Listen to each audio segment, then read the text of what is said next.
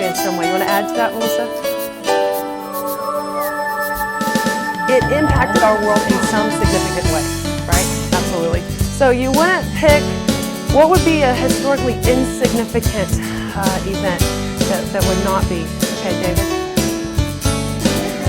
Inventing of the world.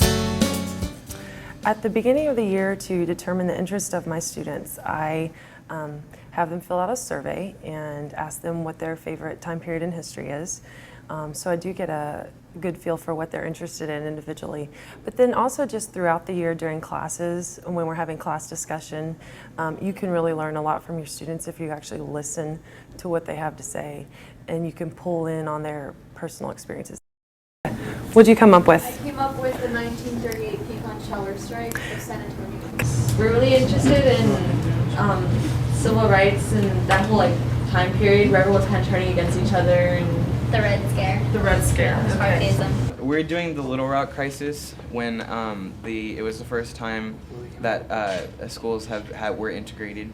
Minority court cases. Court cases in the 1940s. With a project like this,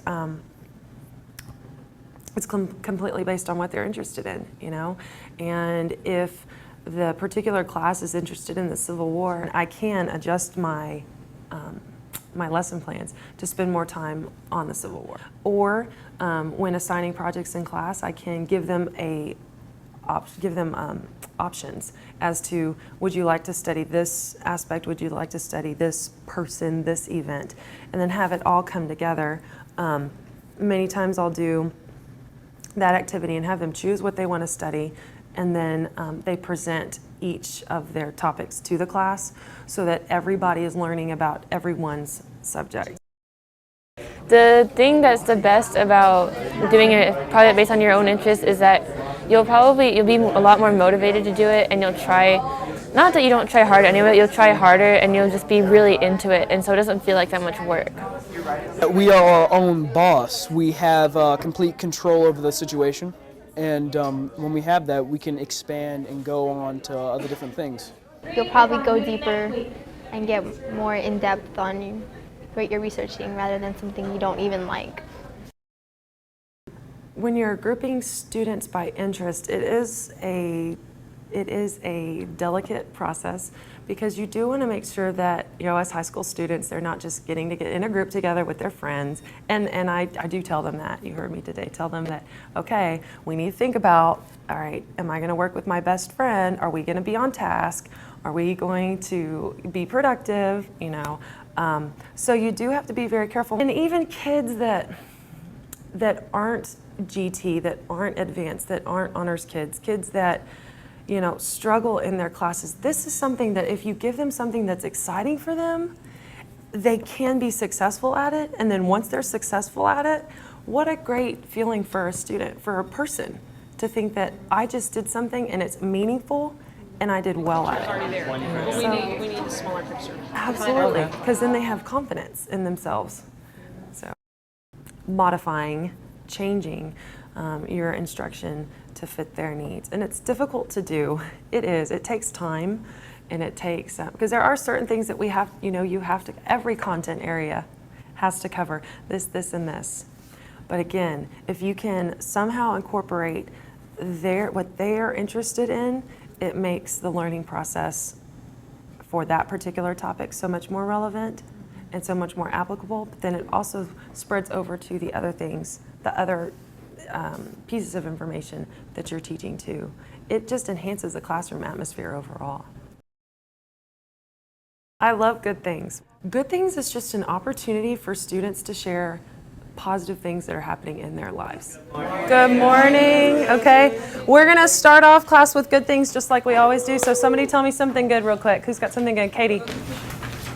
Tickets come out tomorrow for Friends and Form. Awesome. Let's clap for Katie. That's a good thing for Katie.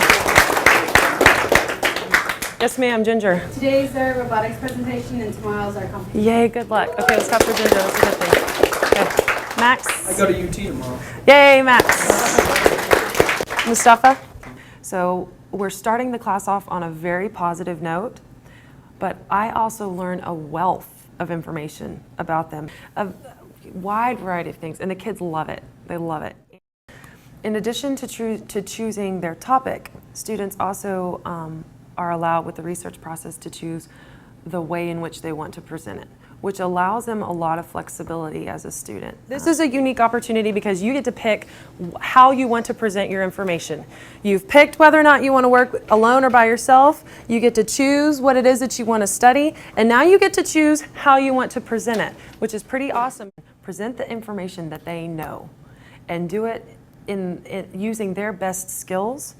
That makes a huge difference in their performance as well. So, like, you know, maybe they're skilled at writing, they could write a research paper. Maybe they're skilled with technology skills and they can make a documentary. Maybe they I have some students who are involved in speech and love to be the center of attention. We all have students like that.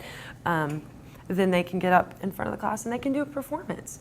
Because if you can hone in on what their special strength is, and then they can do really well at that, that's a great achievement for that student. I would say to try it, to try doing the process with your students. Find out, the first thing would be to find out what they're interested in. In the social studies, that would be, you know, topical, I suppose. You could do the same thing in math, though, or in science, but by whatever topic they're interested in. Do a survey, do a simple survey. Ask them questions. What is it that you're interested in? Ask them to prioritize what they're interested in. This is the thing that I am most interested in. Then take that information, and when you are at that point in your curriculum, note that those students were particularly interested in that. Maybe you can give them a special assignment that then they can teach to the class and have more student-based learning, because that's more effective as well in the classroom. So I would say it does take a little bit more time if you're just trying it out, but it is well worth it. And if you stick with it and follow through with it, I think the rewards that you will see in your student and the achievement of the students in the classroom will be well worth it.